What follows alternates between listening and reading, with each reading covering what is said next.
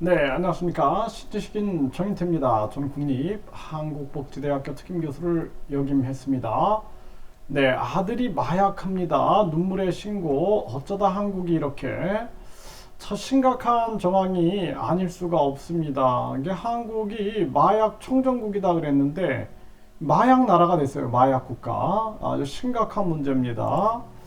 네, 그래서 이 마약이라는 측면들이 아주 우리 생활 속에 주변에 너무 이렇게 깊숙하게 다가온 거죠. 네, 그래서 아들이 마약합니다라고 엄마가 신고를 한 거예요. 엄마가. 네, 그래서 이 마약을 하고 있는 그러한 자녀들이 많이 있을 겁니다. 네, 많이 있을 겁니다. 네, 그래서 저도 해외 활동할 때 그 한국 젊은이들이 동남아 국가에 와가지고 마약을 하는 거죠, 마약을. 그래서 부모들은 에, 열심히 일하겠지, 또는 열심히 공부하겠지, 이렇게 생각하는데 연락이 안 되는 거죠. 뭐 3일 동안 연락이 안 돼서 3일 후에 연락이 돼서 보면은 마약에 빠져 있는 거예요. 마약에 빠져가지고 눈이 풀려 있고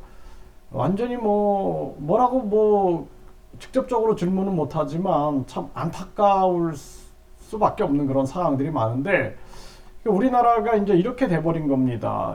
마약이 그러니까 완전히 지금 이 농촌에도 비닐하우스에서 은밀한 마약 파티, 농촌 파고든 마약 실태, 이게 이제 태국인들이 줄줄이 검거됐다라는 거예요. 그래서 동남아 노동자가 많은 농촌이 더 심각하다라는 거예요. 이태원 유흥가보다 동남아 노동자 많은 농촌이 더 심각하다. 이 마약 상황이 이러한 정황으로 지금 가고 있는 거고요.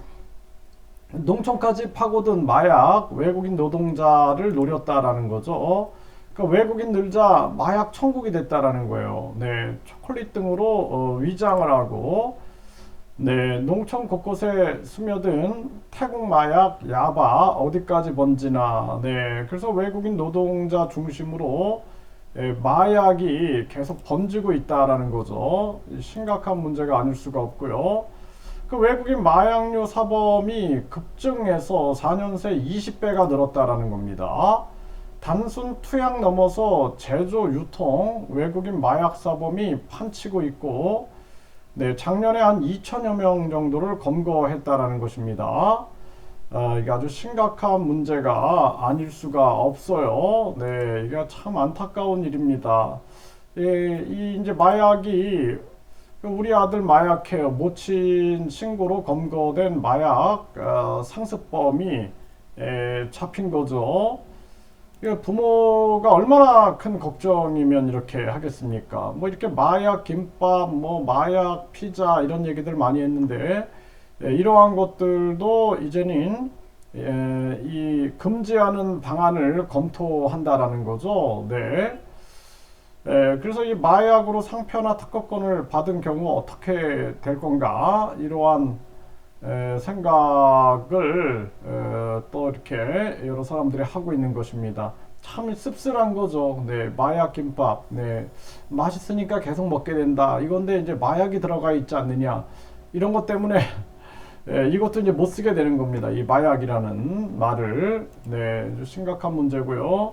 이 돈바이크가 마약으로 이렇게 수감이 됐죠.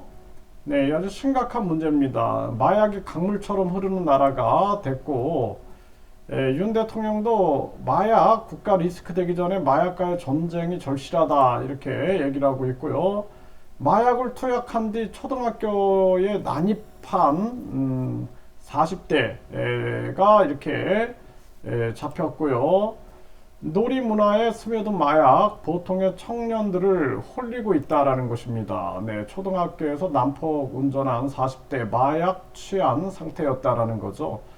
그러니까 우리나라가 완전히 마약 국가가 되는 거예요. 마약 국가. 이거 참 큰일입니다. 정치인들이 그냥 자기 이익들, 국민 세금 빨아먹기 하고 자기 이익에만 눈이 멀어가지고 나라가 어떻게 돌아가는지 뭐 저출산 문제 해결 못하니까 외국인 들이면 된다. 아주 이런 임기만 생각하고 아니란 생각만 하고 있는 겁니다. 그 사이에 우리나라는 이렇게 무너져가는 거예요. 청나라 멸망의 원인이 아편. 그 영국이 마약 사라 안 사면은 전쟁을 일으켜버렸죠. 네, 그게 다른 나라 망하게 할 때 항상 이렇게 마약이 들어옵니다. 마약.